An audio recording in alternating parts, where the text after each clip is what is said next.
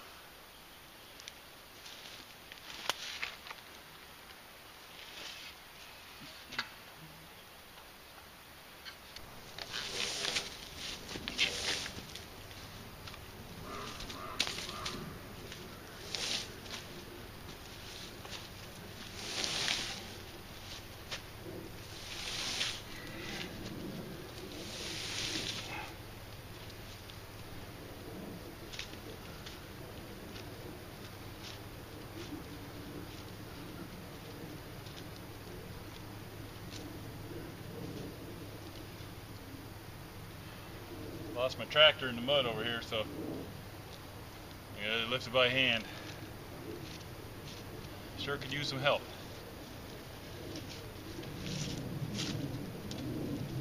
I know a lot of you would come out here and help me. All I gotta do is ask. It's a hard thing to ask for help.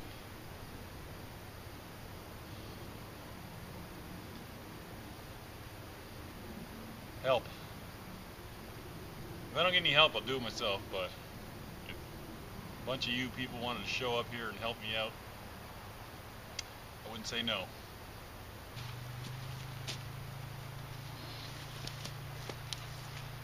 Now, let's see if we can lift this cocksucker. Oh.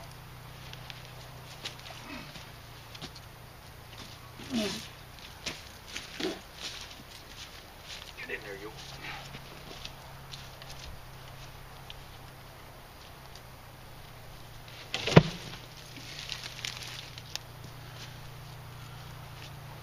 That'd be a lot easier with two people.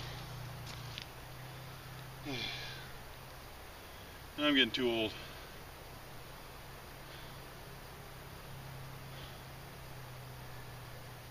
But I can't do any forge until I get a forge. I want to set up that bellows. I got them under wraps there.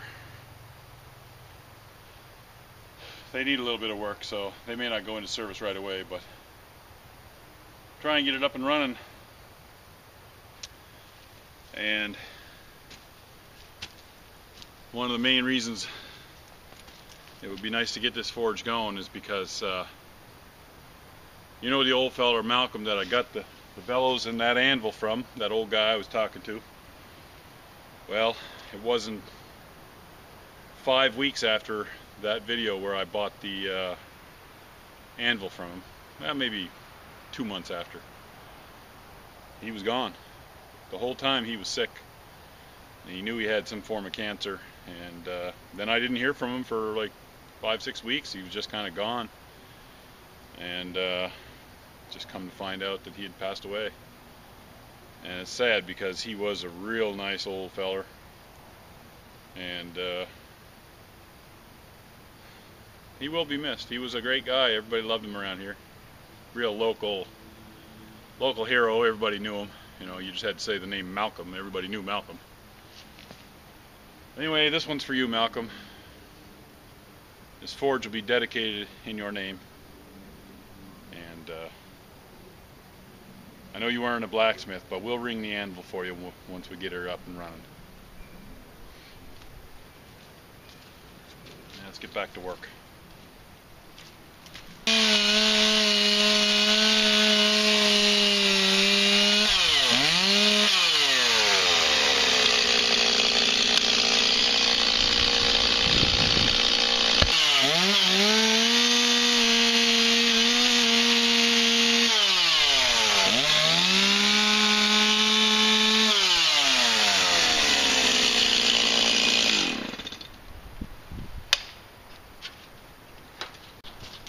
Alright, let's have a look at this here.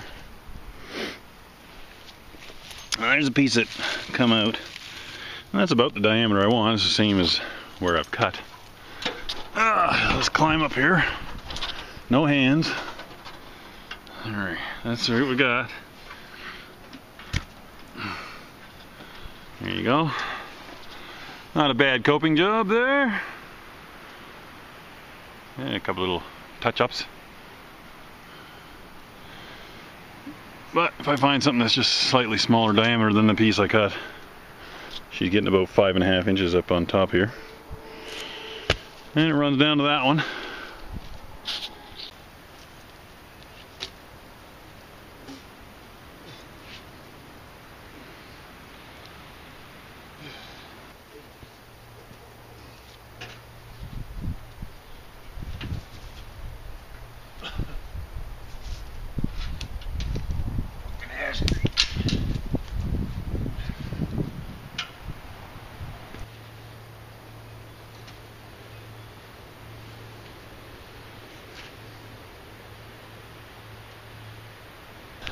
Not too bad for eyeing it.